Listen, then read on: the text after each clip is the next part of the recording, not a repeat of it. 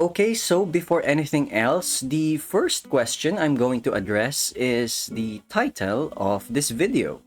It's a homage to one of my favorite animes of 2025, which is Zatsutabi That's Journey, where the main character, who is likely to be based on the author's experiences, goes on solo trips, sometimes group trips, across the various prefectures in Japan. In my case, since I'm here in the Philippines, then it's Filipino provinces and cities that I'll be visiting. And as the title would suggest, today's video is all about my time in Lipa City. So before I go about my day in Lipa, let me introduce to you my companion for the day. He goes by the name of Gold Actor. My brother got him in a claw machine somewhere in Osaka during his Japan vacation last November and gave it to me as I requested him to get me a thoroughbred plushie while he was there. As for this guy's record, he's the 2015 Arimakinen winner. And what can be noted about that race is that, for most people, they know it less as Gold Actor's only G1 win and more of Gold Ship's retirement race. The race also featured a 4-year-old Sounds of Earth and a 3-year-old Kitasan Black, who were second and third respectively in that race. Surprisingly, his pedigree has nothing to do with the Stay Gold family, and he is actually a grandson of two-time back-to-back Arimakinen winner, Grass Wonder. And one more interesting tidbit about Gold Actor, if you go to Arimakinen's Wikipedia entry, after Silk Justice in 1997, Gold Actor's the only Arimakinen winner from 1998 onwards to not have a Wikipedia entry. I genuinely don't know why this is the case, but if any Keiba fans watching this video knows the story, then I'm interested in reading the comments on why my companion is relatively unremarkable, despite having one more G1 win than some Uma Musume characters. So on to the city itself. It was the 29th of December and I arrived at the terminal around 7:30 in the morning, and given that this is my first solo journey in my entire life, there was a bunch of nerves in me, honestly speaking. I've never done anything like this. So as soon as I left the terminal, everything else that follows is a novel experience for me. So I've decided to just walk around the city, get familiar with where I am until I reach Padre Garcia, because my first target is the racetrack of Padre Garcia. I walked for like 2.5 kilometers before I reached my first surprise destination, which was the Lipa Cathedral. Suffice to say, the place was beautiful, and I'm kinda glad that the cathedral was my first landmark for this trip because it kind of reminded me that part of what made this whole trip possible is the fact that I've been doing my best to practice my Catholic faith over the year, which actually helped me give a better sense of identity and confidence, of which I didn't have prior to taking my faith more seriously at the start of 2025. After visiting the cathedral, I just want to make a tangent that if you've noticed by now, I haven't included any video footage yet. There will be clips in the latter parts of the video, but the primary reason for the lack of it in this early portion of this vid is because I was relatively nervous throughout the day. I wasn't confident in video recording my walking because I can't afford a sudden snatching of my phone. Sure, some places have zero risk of my phone getting snatched, but yeah, when you're nervous, you just don't get to use your brain at 100% capacity, and suppose that my phone did get snatched, the bigger problem for me is that I don't have money to replace it. That's why I just can't risk it when I'm not even that confident that I could defend myself against a snatcher. In any case, I walked another 1.4 kilometers before arriving at my next surprise landmark, which was the Our Lady of Mount Carmel Parish. Like the Lipa Cathedral, the place is beautiful, and if anything, I'm quite sure that when I sent these photos to my mom as I was going around the place, she's probably somewhat envious because she would have loved to do church hopping like what I'm doing here. In any case, after leaving the parish, I walked another 475 meters approximately before making the decision to just ride a jeep to the Padre Garcia racetrack. After unmistakably identifying the racetrack from the jeep I'm on, I hurriedly went down, and upon a closer look, all I'm going to say is that the new racetrack is just so pristine and beautiful to look at. It's so clean, like everything feels shiny.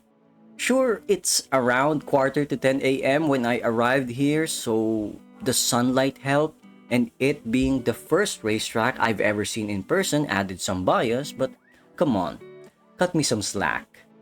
As to why I looped this footage, well, it turns out if there aren't any races for the day, you can't enter the track. So for now, this is all I'm going to see here in Padre Garcia, and I've opted to return to SM Lipa to have lunch and plan my next course of action. Before having my lunch, I decided to tour the SM branch here in Lipa, and there were two things that stood out to me. First is that this SM branch only has 2 floors, which is not the norm for most branches in the capital region. But the second thing that I noticed, and this one made me giggle, is that Quantum still exists here. Quantum barely has a presence in most malls in the capital, so seeing this one, it's like a trip down memory lane because back then, Quantum was the arcade for most Filipinos, but these days, Time Zone has taken over most of the malls, so it is what it is. As for my lunch, I tried this one, Pig's Diner, because I wanted to eat something familiar while at the same time it's a diner that I've never seen in the capital, so that makes it novel to me. The ambience is quite nice, and the bacon cheeseburger, if I'm remembering my order correctly, it was okay. It tasted as I have expected it, so it did what it's supposed to do, which was to fill my belly. And I also had some fries and iced tea. And before leaving SM, I thought about going straight to the racetrack in Malvar, but I had this funny idea that I would like to visit, if possible, the stud farm of Hermie Esguerra. And if you don't know who Hermie Esguerra is, a quick screenshot of his Wikipedia entry, and yes, he's like one of the biggest horse breeders in the country. So yeah, let's see if I'll get to his stud farm with this maneuver. So I left SM Lipa around 11:30 a.m. and started this 3.3 kilometer walk towards Esguerra's stud farm. And there were two notable landmarks that I saw along the way.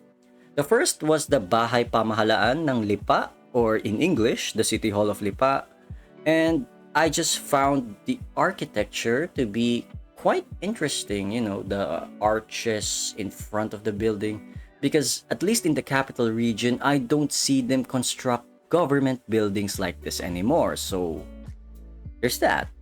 And around noontime, I think I saw this signage, Cool Summer Farm. If memory serves me right, Cool Summer Farm is also one of the bigger horse breeding spots in the country. So I said to myself at the time that if I don't get into Esguerra's stud farm, this one will be the other attempt. And so I continued walking, and eventually I arrived at the gates of Mr. Esguerra's not-so-secret stud farm. You think this is where the fun part begins. But the thing is, if you don't have an appointment with someone inside the farm, then they don't let you in. When you think about it, that's common sense. But at the time, I was under this naive assumption that they would allow guest visits. And since they don't do that, I didn't get to see any of their horses. In any case, there's still cool summer farm that I could try to visit, but knowing what happened at the gates of Esguerra's stud farm, the chances were clearly non-existent. Still, I tried to go anyway because I at least wanted to confirm its location. But I did something quite stupid along the way, and this is conclusively the dumbest decision I've made in this journey. You see, after getting some refreshments in a nearby Alphamart, instead of backtracking and just following this signage that I saw previously, I opted to go to a supposed 1.21 kilometer shortcut to Cool Summer Farm. I thought I was being smart with this maneuver, only to find out that I was heading towards the back entrance of Cool Summer Farm. But I will only find this out once I'm there. While I was walking towards it, what you're seeing right now is a clip of me walking towards it. Well, duh. And as you can see, the road literally has no people walking around because people aren't supposed to be here. At least in this section of the road. It's around 1 p.m. when I was doing this walk, and if you can just imagine, the sun here is killing me with its scorching heat. And when I reached Cool Summer Farm, honestly, I didn't bother taking a picture of the back entrance because I was so disappointed with how I handled this maneuver, how it panned out, how it obviously this is not the entrance that I was looking for. Well, my trip to the MetroTurf racetrack in Malvar was at risk. And while I could have just backtracked again to get back to the main road, I made the brave but foolish decision to take an entirely new route to get back to the main road, which was 3.8 kilometers of walking. Obviously, I could have opted to take a tricycle to cut down the travel time, but the reason I didn't was because I wanted to explore the city on the ground as much as I can. And doing that walk around 1 p.m. to 2 p.m. in the scorching heat, which is actually normal temperature here in this country, it was regrettable. But at least I can now cope that I was able to do it, as stupid as it was. Eventually, around 2 p.m., I finally got a jeep to Malvar, and by quarter to 3 p.m., I was a few turns away from the racetrack. When I finally reached the vicinity of the MetroTurf racetrack, I had to record the moment, and here it is.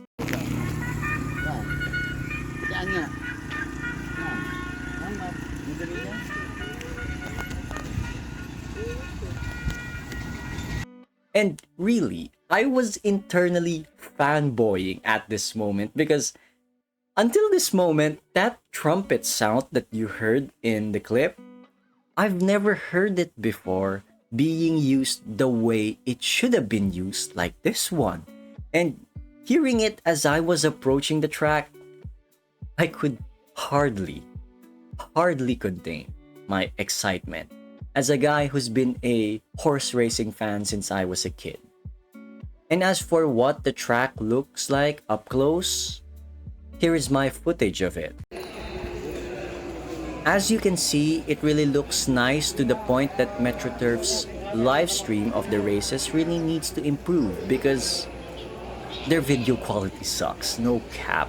Not saying that my footage is any better, but when you're actually in the track, there's this beauty in it that just doesn't translate well to a poor video recording of the place. And as for what the main building looks like, here's a clip of it.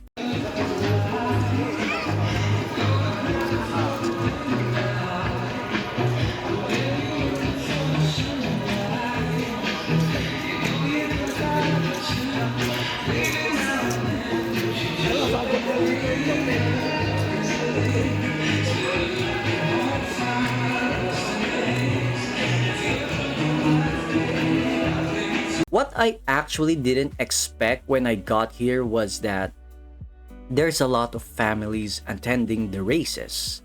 I was under the impression that only the older folk would go here, but after this visit, that notion couldn't be further from the truth. As for a footage of what a barrier race looks like, here's one for you, lads and ladies. He's a legal plaster. Thanks to it once again. Released by some freelance now that he was from Calhoun. Regal wins the third and they run. 600 now, it's still a plaster. Released by some Poland now, followed by Heroes from Calhoun and Regal. And as they round apart then, it's the cluster. And Canyon pulling the lead over Heroes of Calhoun and Regal. Inside the last 300 now, it's the cluster as they swing home. The 5 lanes lead followed by Regal and Heroes of Calhoun.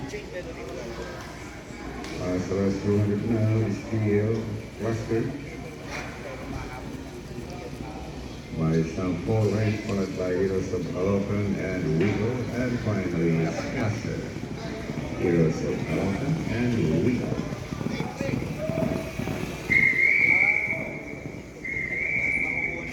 As for the actual races themselves, I've tried recording the parade for the first race, which is this one. Parade of runners for race number 1, 1400 meters. We're even above maiden race for races. And we have the Super 6 parade among the 81,000 people.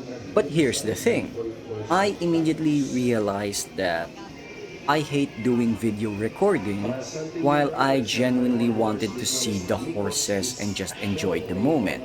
So after this clip, I just resorted to snapshots and watched the races themselves without any video recording.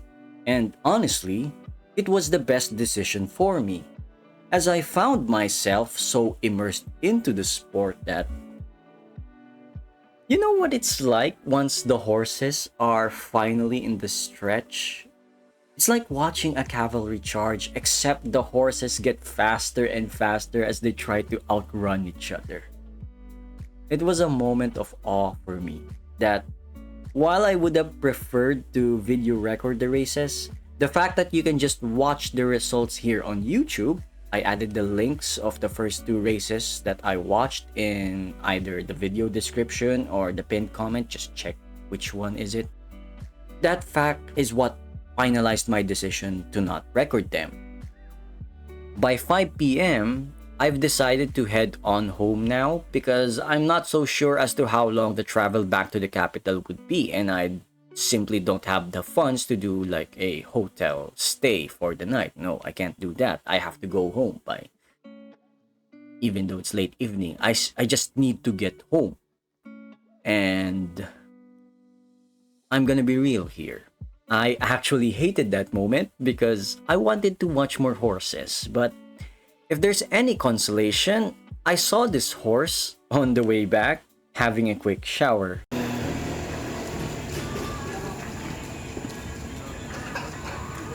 So there's that. When I got back to SM Lipa, I had a quick snack and, well, took the bus back to the capital, which ends my very first solo trip. As for a quick assessment of my first ever solo trip, I would rate this journey with an Alpha Mart over 10. Because let's be serious, in the capital region, your typical convenience stores are the 7-Elevens, the Lawsons, the Uncle John's. Those are the usual suspects. But here in Lipa, I'm not exaggerating when I say that for every 100 meters or so, there's an Alpha Mart in sight. There was even an instance where I saw 2 Alpha Marts in like the same road just 100 meters away.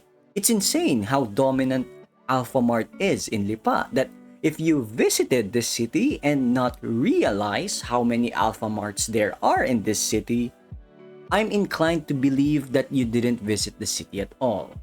But jokes aside, I really had a lot of fun doing this trip. And if there was one takeaway for me, it would be the fact that I finally have undeniable evidence that I can do a solo trip. And it's all thanks to Ishisaka Kenta and his work, Zatsutabi That's Journey, that inspired me to take on the hobby of traveling. I already have a second trip in the drawing board. I'm targeting to do it on either February or March. And as to where it would be, I won't tell you because I want to keep it a secret, as it is a place that nobody among my family nor the lads on Discord have any knowledge on. So it's going to be a place where I'll go full Star Trek to boldly go where no man has gone before.